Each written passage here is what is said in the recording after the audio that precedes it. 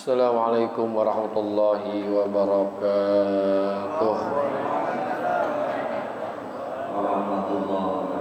Al-Fatihah ila hadratin Nabi Muhammadin al-Mustafa Rasulillah sallallahu alaihi wasallam al-jami'an wa walidina wa masyayikhina wa muallimina wa asatizina khususan li muallifi hadzal kitab Al-Imam Yahya bin Sharaf An-Nawawi wa khususan li muassisi hadzal majlis wal masjidi anna Allah yaghfiru lahum wa yarhamuhum wa yu'li darajatihim fil jannah wa yanfa'una bi asrarihim wa anwarihim wa ulumihim wa nafa'ana bid din wad dunya wal akhirah wa anna Allah al-karim yaftahu alaina futuhal arifin wa yufaqihuna bid din wa yarzuquna kamalal ikhlas wal yaqin wa ila hadratin nabi al-Fatihah.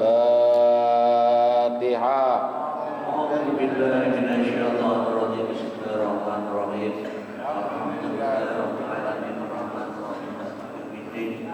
Iyyaka na'budu wa iyyaka nasta'in ihdinas siratal mustaqim. Siratal ladzina an'amta 'alaihim. Bismillahirrahmanirrahim. Alhamdulillahilladzi ja'ala ta'limana ta'liman mubarakan fi tuli hayatina wa ja'alahu sababan li husnil khatimati fi akhir umrina wassalatu wassalamu ala taha Muhammadin sayyidina wa ala alihi wa sahbihi humul fudala'i wal kurama. Amma ba'du. Ma'asyiral muslimin wal muslimat, hadirin bapak-bapak, hadirat ibu-ibu jamaah yang semoga kita semua dirahmati Allah Subhanahu wa taala. Pada guru kita Bapak Kiai Haji Muhammad Misjan, Bapak Kiai Haji Farah Furqan, Kiai Haji Muhammad Hamid Mustafa Al-Hafiz, dan pengurus Majelis Ta'lim Ukhuwah Islamiyah dan pengurus Masjid Nurul Jamal, yang semoga semua dimuliakan Allah Subhanahu wa taala. Alhamdulillah, pagi hari ini Allah masih memberikan kepada kita nikmat Islam, iman, hidayah, taufik, sehat, afiat, sehingga pada pagi hari ini kita kembali hadir di majlis ini untuk kita sama-sama menuntut ilmu. Semoga hadir dan duduknya kita di tempat ini mendapatkan curahan rahmat dari Allah Subhanahu wa taala. Tidak kembali kita dari majlis ini kecuali mendapatkan ilmu dan ampunan. Amin ya rabbal alamin. Wa bisanadil muttasili ilal imami muhaddisi rahimahullahu ta'ala wa adaman naf'amihi wa bibarakati ulumihi wa bikum fid daraini amin. Qala radhiyallahu ankum an Abi Hurairah radhiyallahu anhu qala qala Rasulullah sallallahu alaihi wasallam la tahasadu wa la tanajasu wa la tabaghadu wa la tadabaru wa la yabi'u ba'duhum ala ba'din bai'u ba'din wa kunu ibadallahi ikhwana. Dari Sayyidina Abu Hurairah, yang semoga Allah meridhoi beliau, ia berkata, qala Rasulullah sallallahu alaihi wasallam, telah bersabda Rasulullah sallallahu, la tahasadu, janganlah kalian saling dengki, hasud, wala tanajasu, dan janganlah pula kalian saling menipu, wala tabaghadu, dan janganlah kalian saling membenci, wala tadabaru, dan janganlah kalian saling membelakangi, wala bai'a ba'dukum ala ba'din ala bai'i ba'din, dan janganlah kalian itu menawar atau membeli barang yang sedang dibeli, yang ditawar orang lain. Wa kunu ibadallahi ikhwana, dan jadilah hamba-hamba Allah yang bersaudara. Nanti lanjutannya kita baca belakangan. Ini dari Sayyidina Abu Hurairah atau Sayyidina Abdurrahman bin Sakhrin namanya. Jadi nama sebetulnya adalah Abdurrahman bin Sakhrin. Beliau berkata, qala Rasulullah sallallahu alaihi wasallam. Telah bersabda Rasulullah sallallahu alaihi wasallam, la tahasadu. Yang pertama, janganlah kalian itu saling hasud dengki. Saling menghasut. Nah, kalau penyakit hasut itu kalau orang dulu bilang SMS. Senang melihat orang susah, susah melihat orang senang. Jadi senang kalau melihat orang susah, dia tepuk tangan. Tapi susah di saat melihat orang senang. Melihat orang senang bawaannya nggak senang dia. Nah makanya hasud itu kalau dalam definisi ulama banyak. Salah satunya adalah tamanni zawalin ni'mati alil ghairi. Tamanni berangan-angan, berharap-harap. Tamanni ini sesuatu yang tidak mungkin akan terjadi. Ya. Kalau yang mungkin terjadi tapi sulit, itu namanya taroji. Jadi ada tamanni, taroji. Kalau taman itu harapan yang tidak akan mungkin terjadi. Ya. Kalau di dalam Al-Quran dicontohkan seperti memasukkan kepala ontak ke lubang jarum. Bisa nggak tuh? Lubang jarum kecil, ontak palanya, masuk nggak? Benang aja susah kadang-kadang. Jadi taman itu yang nggak mungkin pasti akan terjadi, nggak mungkin. Makanya didefinisikan oleh ulama yang namanya hasud itu adalah tamanni zawalin ni'mah, berangan-angan yang tidak mungkin akan terjadi, hilangnya nikmat anil ghairi dari orang lain. Dia pengen banget tuh nikmat yang ada pada orang lain hilang. Itu namanya hasud. Ya. Nah ini ayat-ayat berkaitan dengan hasud itu ya banyak dalam Al-Quran, hadisnya juga ada, ayatnya juga ada. Di antaranya adalah dalam surah yang sering kita baca, Qul a'udzu birabbil falaq tuh, wa min syarri hasidin idza hasad tuh. Surah apa tuh? Al-Falaq. Wa min syarri hasidin idza hasad, dan dari kejahatan orang-orang yang berlaku hasud. Jadi wa min syarri, daripada kejahatan hasudnya orang yang berlaku hasud, hasid. Termasuk juga dalam surah An-Nisa ayat yang ke-32. Wala tatamannau ma faddallallahu bihi ba'dakum ala ba'din. Dan janganlah kalian itu memiliki keinginan, kamu ini iri hatilah. Wala tatamannau, janganlah kalian itu bersikap iri hati terhadap karunia yang dikaruniakan oleh Allah kepada sebagian kalian. Ada lagi ayatnya, am hasad an lam yahsudunan nasa ala ma atahumullahu min fadli. Surah An-Nisa ayat 54. Ataukah mereka itu dengki kepada manusia, yaitu Rasulullah, karena karunia yang telah diberikan oleh Allah kepadanya. Jadi banyak tentang hadis-hadisnya juga yang berkaitan dengan hasad itu banyak.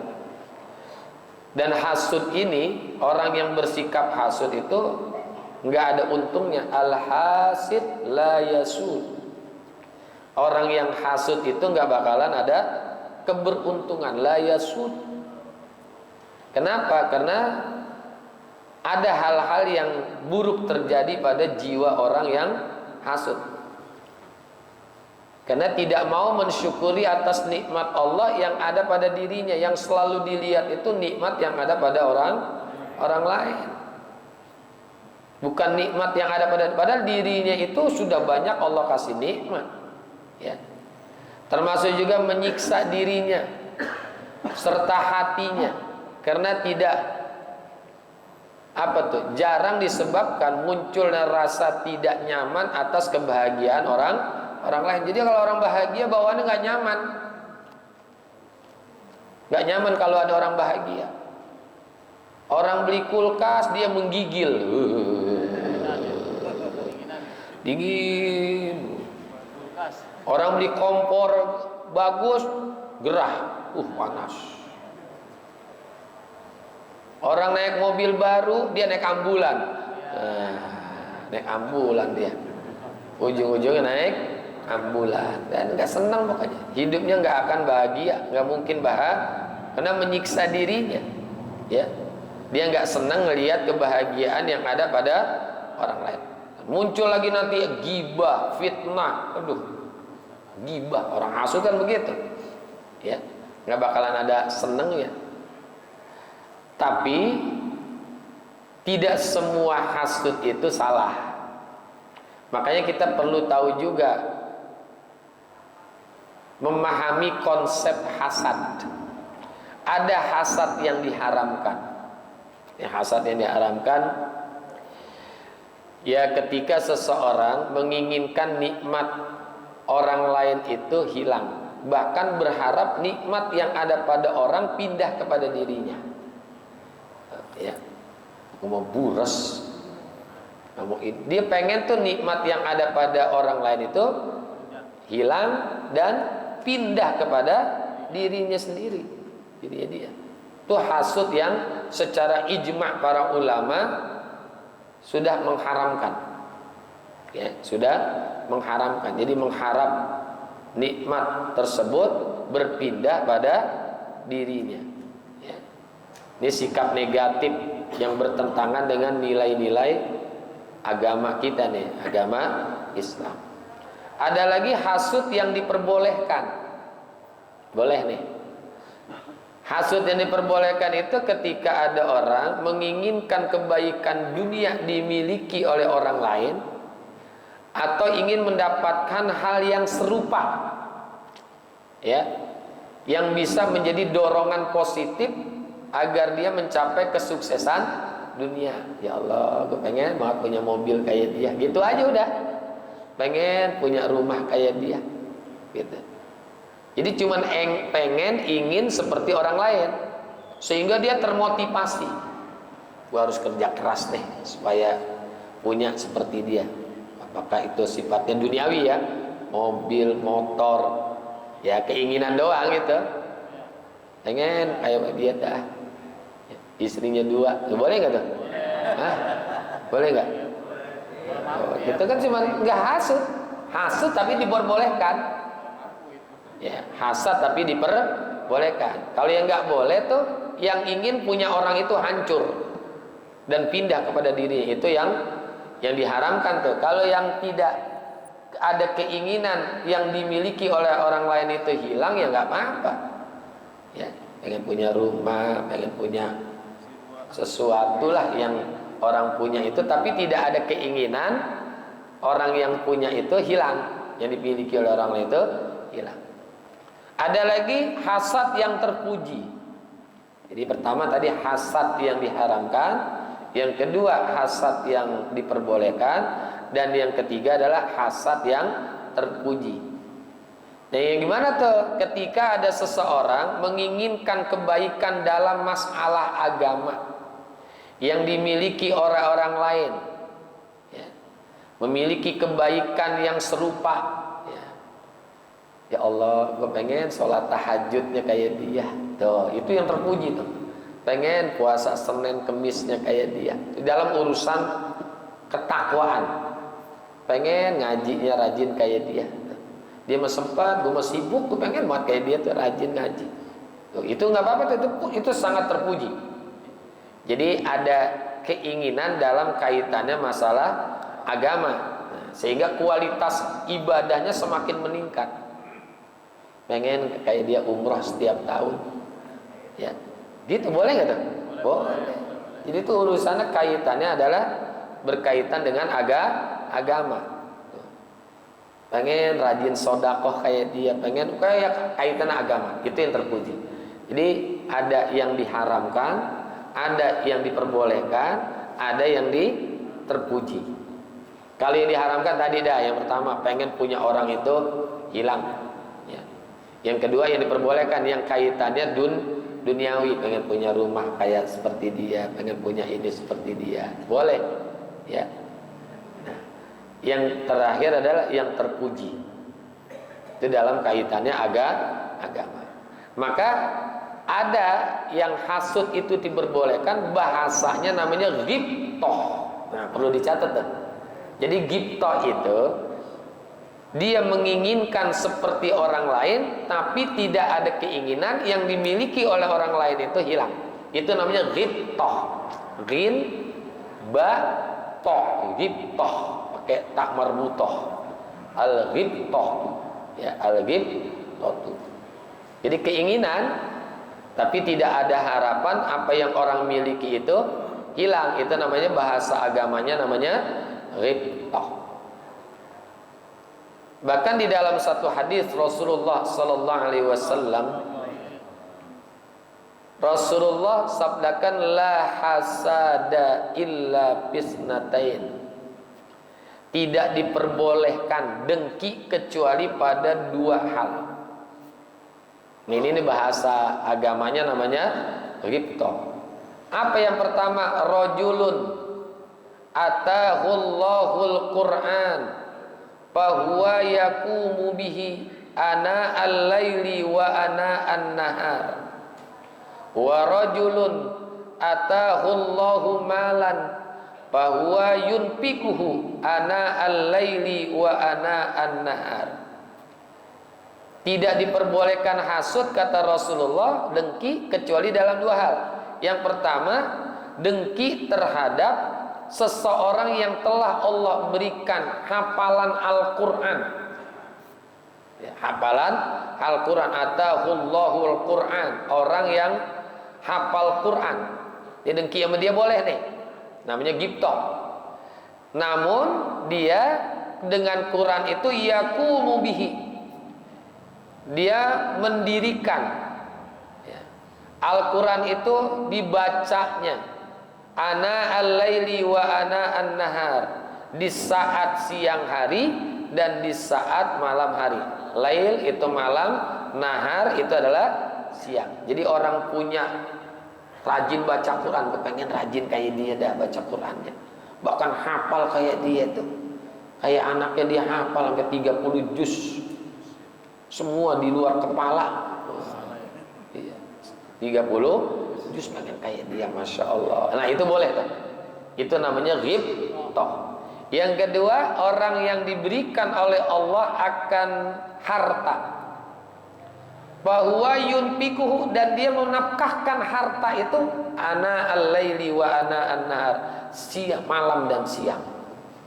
Jadi ada orang kaya tapi dermawan, ya Allah, gue pengen kayak dia, ya, hartanya banyak, dia nafkahkan. Gue susah sini, jadi susah untuk memberikan nafkah ini, sedekah susah kayak dia pengen. Nah itu boleh tuh. Jadi boleh dua dalam hal itu, ya.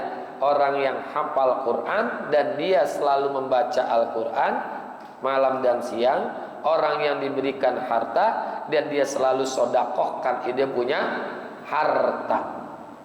Banyak hadisnya, ya.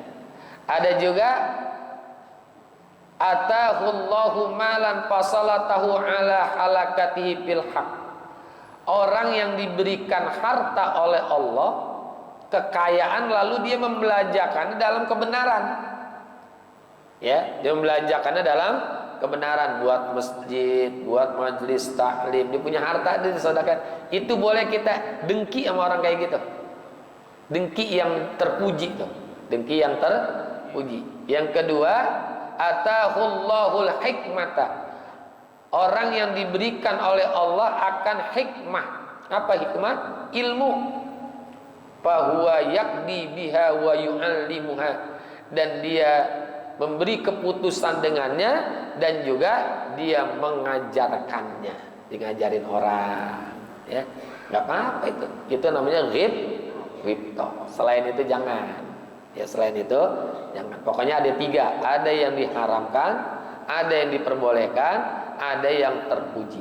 Yang diharamkan, pengen nikmat itu hilang dari orang lain, pindah kepada dirinya. Yang diperbolehkan, kita pengen seperti orang lain dalam urusan duniawi.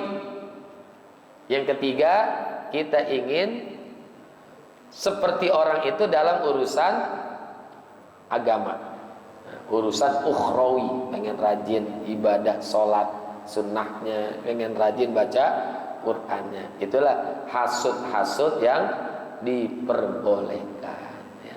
Jadi ada 3 gitu hasud. Ada hasud dalam hal yang tidak dibolehkan, hasud yang diperbolehkan, hasud yang terpuji.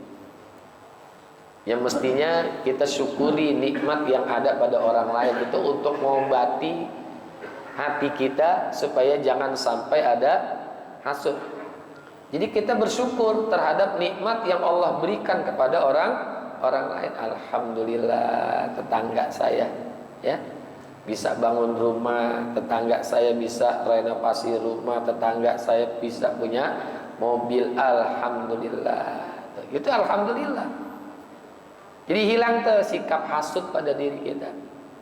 Karena kalau kita dengki, itu berarti kita nggak senang dengan perilaku Allah memberikan nikmat kepada dia.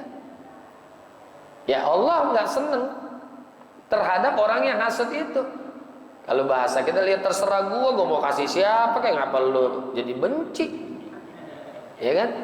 Kan lillahi ma fis samawati wa ma, yang milik Allah lah apa yang ada di langit, yang ada di bumi. Ya terserah Allah.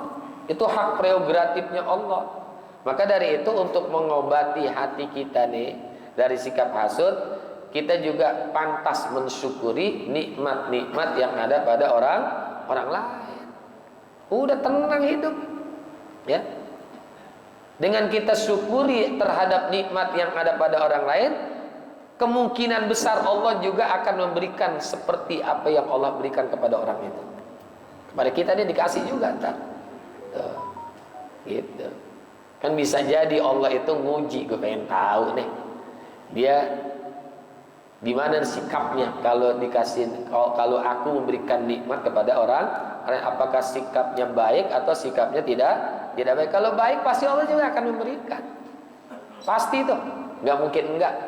Kalau kita tetap juga mensyukuri nikmat yang ada pada orang lain.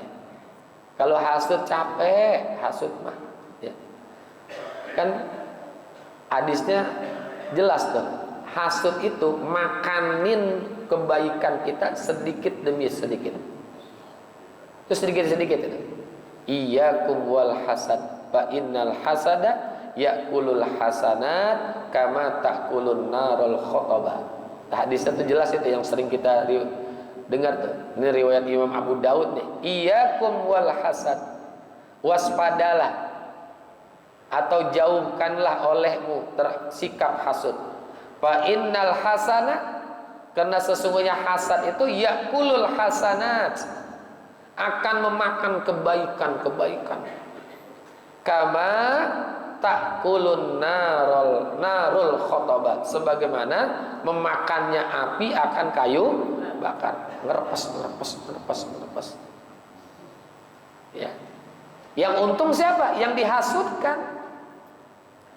Yang dihasutin itu untung, karena dia mendapatkan kebaikan dari orang yang hasut. Tanpa harus melakukan kebaikan, tapi dia dapat kebaikan. Kan enak ini, gratis dapat kebaikan, ya. Jadi orang yang hasut itu justru nanti kebaikan-kebaikan yang ada pada dirinya itu pelan-pelan hasut, hilang. Ada riwayat di dalam kitab Irsyadul Ibad, ada dalam kitab Al-Majalisus Saniyah juga ada, ya, sebagai penutup tentang hasud. Dulu ada orang soleh, dia tukang nasehatin raja. nasihatin kebaikan-kebaikan. Coba kamu berbuat baik, coba kamu berbuat baik. Ada salah satu orang itu dengki dengan orang yang dekat sama raja itu, yang suka memberikan nasihat. Ini orang yang hasud ini datang ke raja. Tuan raja, itu orang sebetulnya nggak mau dekat sama raja, nggak mau dekat, makanya ngomongnya jauh-jauh kan? Iya. Emang kenapa? Karena dia takut, khawatir mencium bau mulut raja. Tuh. Ini diprovokasi nih, disangka raja itu baunya, mulutnya bau. Ya masa begitu? Iya. Coba besok kita lihat dah. Nah dia bikin rekayasa. Itu orang yang dekat dengan raja diundang makan. Makannya dikasih makan bawang putih banyak gitu. Yang isinya bawang putih. Bawang putih kan bau kan gitu. Nah besoknya datang lagi kasih nasihat raja. Cuman dia agak jauh. Jauh. Kata raja, sini deketan sini dong, sini. Deketan sini. Bener. Pas deket raja dia ngomongnya sambil gini. Ya, bau bawang. Dia takut pada dirinya gitu. Cuman raja kan persepsinya bukan gitu. Bener juga nih kata orang kemarin. Ternyata dia nggak mau deket sama saya, takut mencium bau mulut saya. Padahal justru sebaliknya. Jangan sampai raja itu mencium baunya itu. Akhirnya karena raja udah kena hasut, terbakar oleh hasut orang itu, nulis surat ya, nulis surat buat dia. Isinya itu ya, nanti tolong kamu sampaikan kepada penjaga saya di sana tuh, di penjara. Tulis surat. Isinya surat itu apa? Apabila orang ini datang, langsung sembelih kepalanya. Kalau orang ini datang, langsung sembelih kepalanya. Gitu. Dia bawa tuh surat, dia husnuzon aja. Ya udah bawa surat. Di tengah jalan ketemu sama orang yang hasut. Apa tuh? Surat. Surat apa? Dari raja. Tahu apa isinya? Nggak tahu saya. Biasanya tuh raja kalau ngasih surat ngasih hadiah. Biasanya ini tumben satu kali nulisnya, tolong apabila orang ini sampai langsung sembelih gitu. Suratnya pakai amplop. Kata yang hasut, sini buat saya sini. Dia tahu tuh biasa kalau raja itu nulis surat akan memberikan hadiah. Sini buat saya. Ya udah ambil nih. Dibawa tuh ke sana, ke tempat para algojo-algojonya kerajaan. Betul nyampe di sono, Sini. Ini kamu harus disembelih. Enggak, ini bukan buat saya. Pokoknya kalau udah raja menulis surat ini nggak bisa diganggu gugat lagi. Saat ini juga kamu harus disembelih. Enggak.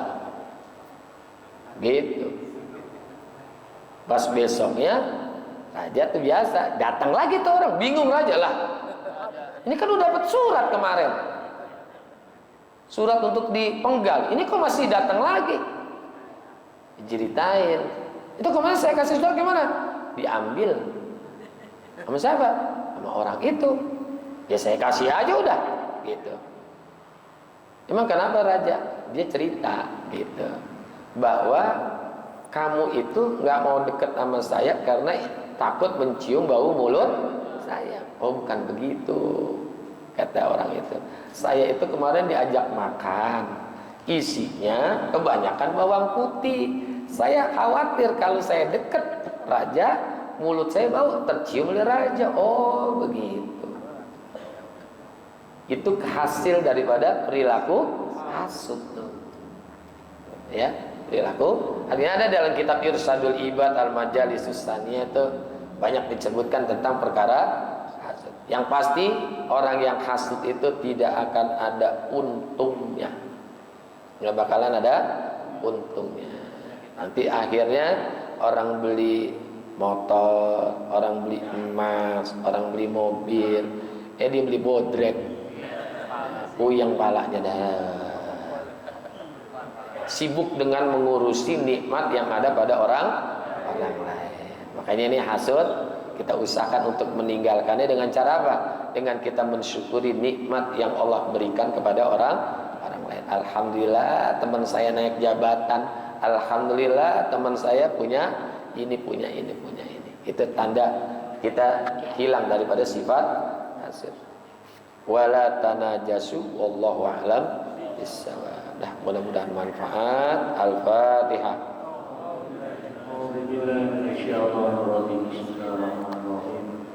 Alhamdulillahirabbil alamin arrahmanir rahim maliki yaumiddin iyyaka na'budu wa iyyaka nasta'in ihdinas siratal mustaqim siratal ladzina an'amta 'alaihim ghairil maghdubi 'alaihim waladdallin bil hidayah wat taufik. Wassalamu alaikum warahmatullahi wabarakatuh.